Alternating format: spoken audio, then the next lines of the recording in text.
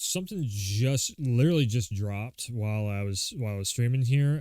There was a little like this article that IGN just dropped while I was streaming. It's saying that Xbox, Nintendo, and Sony won't be part of E3 2023, which is this year's upcoming major gaming news event. Sort of. So really, in my book, the big gaming events of the year is more or less like Summer Games Fest now.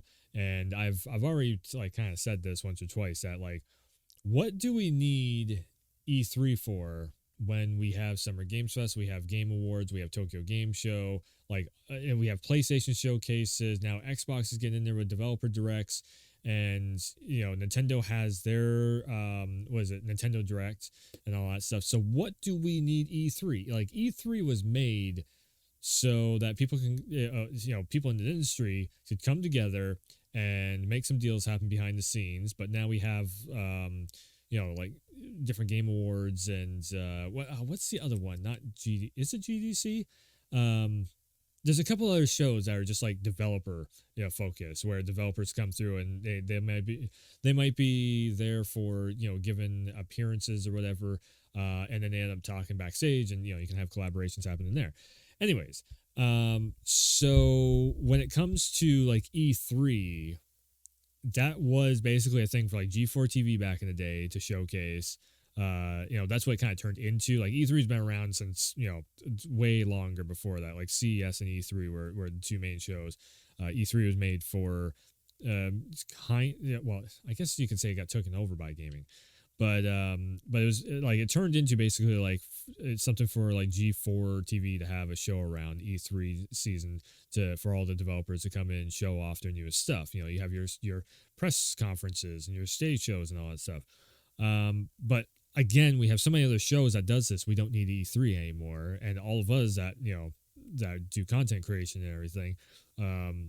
I think this like E3 is kind of like the least thing that we end up using.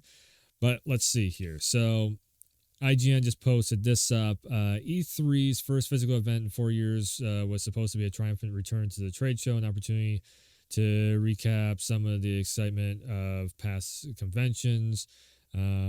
However, it appears that when E3 23 hits the LA Convention Center in June, it will be without three of the most important draws. IGN has heard from multiple knowledgeable sources. Now, again, grain of salt, major grain of salt here. Xbox, Sony, and Nintendo won't be a part of E3 or have a presence at the LA Convention Center show floor. So the show floor, now this is where wording comes in majorly.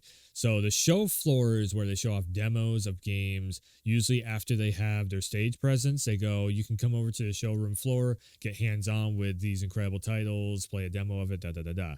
So if it's like, like they just announced, but this is the thing though, a lot of the time, like when Cyberpunk got, announced and everything, you couldn't actually play it. Somebody else was showing you a tech demo of what was, or a preview demo of what ended up turning into Cyberpunk.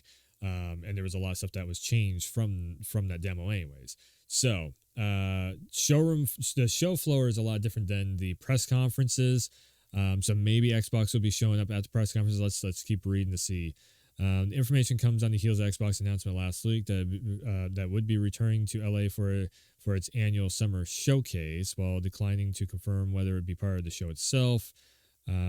Speaking with IGN last week, Phil Spencer said the platform holder is timing its showcase with E3 at a moment's convenient for press and even consumers at the event, meaning it's likely to roughly align with the event itself. Spencer also stressed Xbox's public support for E3. However, IGN understands that Xbox won't have a booth on the show floor. Okay. All right. So what they're saying is, it's a lot of companies, especially Sony, Microsoft. So you might still see like Capcom have a booth with Resident Evil stuff. You'll probably see like Square Enix have a booth with their stuff. This is not to like it. You just won't be seeing like God of War or something show up. Check out God of War Ragnarok. It's on the showroom floor. No, that's not going to be there. So that's what this is actually saying. But Nintendo not being there, well, Nintendo don't have really any third-party studios. They make all their own stuff. If Xbox doesn't have anything on the showroom floor, then that means they don't have anything really to show at the Xbox press conference. Guess what it's going to be? It's going to be a Game Pass showcase, guarantee you. Sony not being there, that's not surprising because Sony hasn't showed up to an E3. They don't need E3. They're bigger than E3 really at this time, because now they get almost more viewership by doing a PlayStation State of Play or a Sony or a PlayStation Showcase. Um, like we might end up seeing another showcase for PSVR 2 possibly in the near future. You would think they would show up to E3 to promote PSVR 2. They don't even need to at this point. In all honesty, they bring in just as much viewership just doing their own showcase. So, let's see here. Xbox Phil Spencer said the platform holder is time. I just read all that. Yeah, because that's another thing too. As a content creator, E3 is like hell week. Like it's just press conference, get like an hour of sleep, press conference, especially if you are like traveling between the different hotels and the LA Convention Center, and you got demos up and down like the strip in there, or not the strip, the I guess it would be, yeah, LA's main strip. That's just like it's just a pain in the ass for everyone is E3. That's why I'm just like, thank God it's gone away, because I'd rather just have Summer Games Fest where it's like, okay, we're going to show you 2 or 3 games. Show up if you want to see these 3 games. And then Summer Game, or Game Awards is like a decent time. It's one night, bang, boom, done. E3 goes for like 3 fucking days, and you're just like, by the end of it. Plus, also trying to get up all the trailers in time so that. I mean, that's the reason why we all just started doing like, one long ass video and just showing like the stuff that we're all hyped up for. Anyway, E3 is just to me one of some of the moments of gaming. I love the history going down LA, thousands of people there, getting to see great new things, getting to see people in the industry, the fan events that we've had. I definitely want that to continue. Again, that continues at Game Awards. We don't really need like Game Awards being more of a celebration of gaming overall, not just I think Game Awards could really just be or actually Summer Games Fest really. I think Summer Games Fest really should be the new E3 officially. Like just drop E3, make Summer Games Fest the whole thing of like where like everybody comes together to make business deals and everything. Just have it like maybe one day, maybe 2 days maximum, where everybody just shows up to show what they got. If you're not ready, then that's cool. You got Game Awards, and have it 2 different times of the year, so then everybody has breathing room on this stuff. Xbox is on board of the ESA, and I think a successful, healthy ESA is critical to what we're trying to do. So we place our showcase like we always have done at a time where hopefully it's convenient for press and even consumers that are going to the E3 event, and that's what we're trying to do now. We'll continue work with you. We're on blah blah blah blah. Xbox current plans for the showcase remain unconfirmed, but in previous years, tele showcase. Yeah, because E3 has basically just been the Xbox show, and now that they're doing like the Xbox developer showcase, that's why we're all like, whoa, so what are they gonna be showing at E3? I guess nothing, unless Starfield is like the big E3 game. That's where they're gonna, that very well could be it. They show up to E3 and they're like, here's Starfield, but then they won't have any playable demos of it. So again, why would you bring Starfield to E3, the place that is like known for showing off demos, and not have a showroom or a show floor demo at all, especially Starfield? Like, people are fucking clamoring for that game. I'm kind of one of them. I'm really curious to see what it's going to be like, especially when it's on Game Pass and I can play it on the cheap. Cool, I'll check it out. Remain unconfirmed. Previous year, but decision not to have a formal presence on E3 show floor comes as a surprise given its support for the event in the past. Out of the so-called Big Three, which is Sony, Nintendo, Microsoft, it appears the most likely to be at E3, not the least, because including Starfield. Nintendo has traditionally maintained a booth on E3's show floor after pioneering the direct format.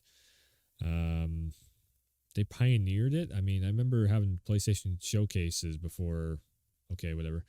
IGN has heard from sources around the industry that neither Nintendo nor Sony will be at the PlayStation. Yeah, originally dropped it back in 2019. Yep. Trying to see if there's anything else in here. Did not return requests for comments. Either such a significant event for the industry being entrusted with important culture touchstone is not responsibly. Reed Pop takes Reed Pop? What? Since Reed Pop took on the contract to run E3 6 months ago. Oh. We've worked diligently with the ESA members based on their feedback to create a new type of E3 that supports their goals and needs. So, whoever this is, Sony, all the three biggest companies in the gaming industry doesn't want to work with them. We could actually see like a PC showcase of some kind, like Valve show up or something. I doubt it, but it could be a possibility. This process has taken time due to a tremendous amount of stakeholders offering input. Yeah, and that's that right there.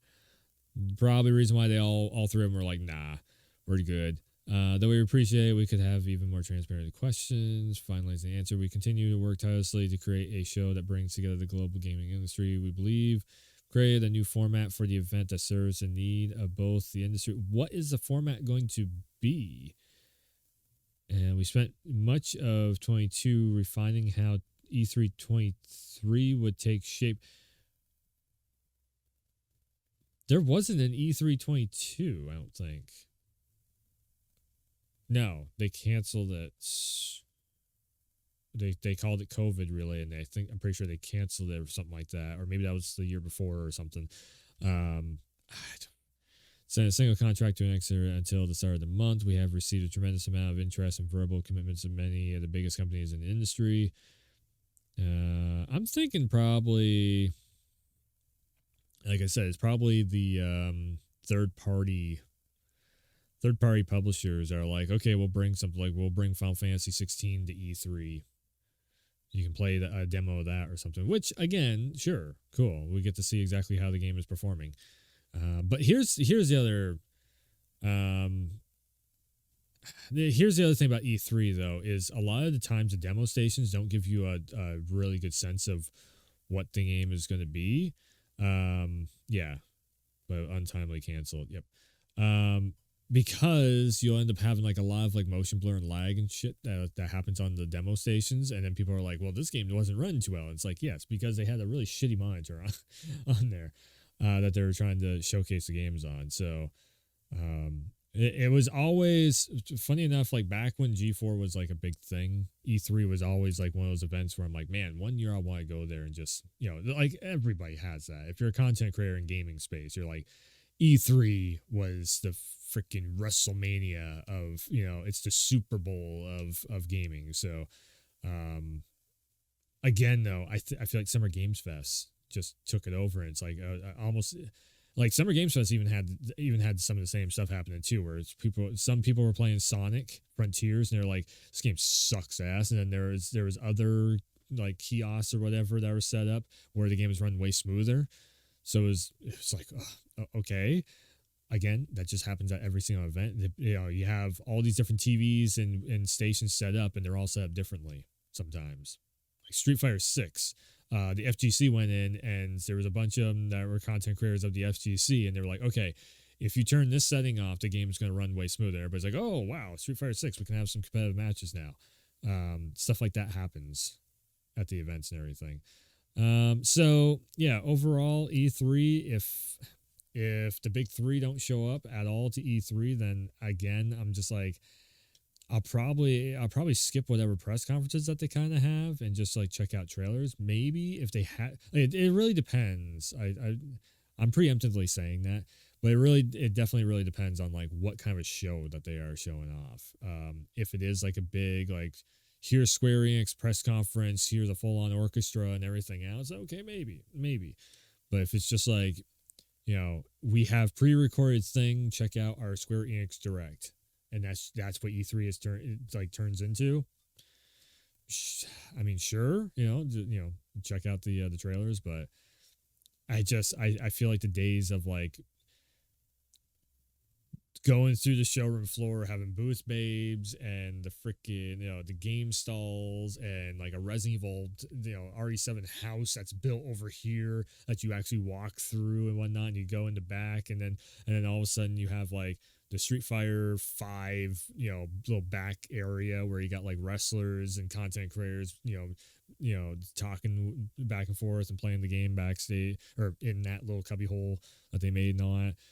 I don't feel like those days are we're ever going to see those days again. I feel like those days are gone. So we'll see. We'll see what ends up happening with it. Anyways,